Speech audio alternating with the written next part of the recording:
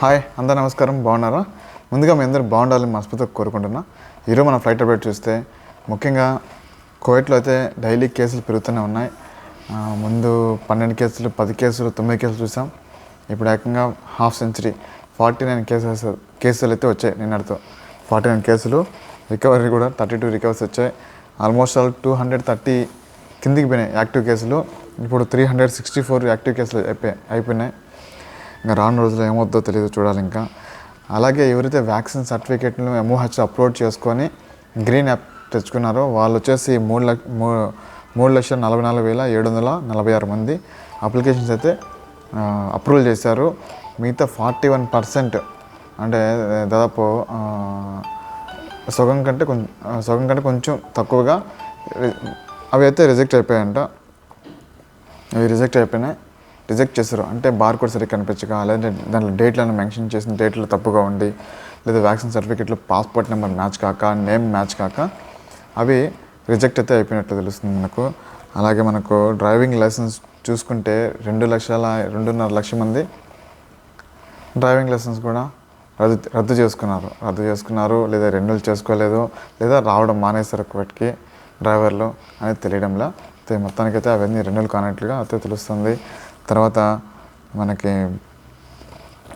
Main విషయం ఏంటంటే vaccine booster dose వేసుకునే వాళ్ళు మాత్రమే ప్రయాణాలు చేయొచ్చు అనే విషయం గురించి వీళ్ళు పాసిబిలిటీ ఎంతవరకు ఇది సాధ్యపడుతుంది అనే దాని గురించి చర్చలు జరుగుతున్నాయి. నాకు తెలిసి ఈ వీక్లో కానీ నెక్స్ట్ వీక్లో కానీ ఫైనలైజ్ అయ్యే అవకాశం ఉంది.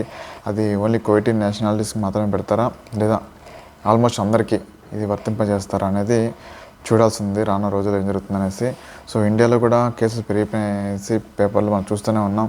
40+ ఇంకా దాదాపు రేపటితో హాఫ్ సెంచరీ అయిపోద్ది అనుకుంటున్నా ఈ ఒమిక్రాన్ కొత్త వైరస్ కేసులు.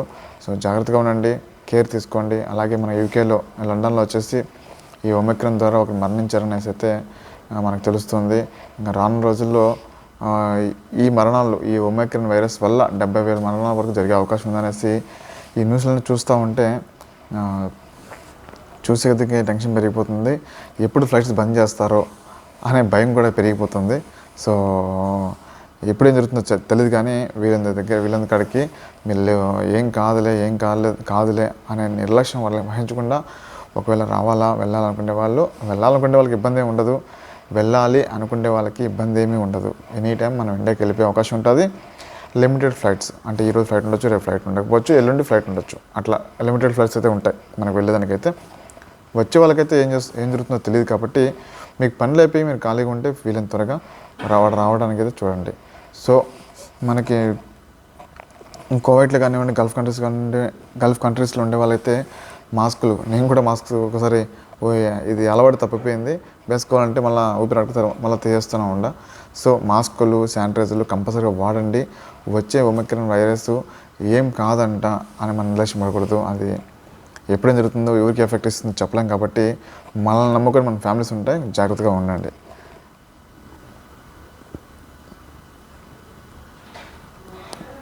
సో చాలామంది కామెంట్స్ కూడా చేశారు.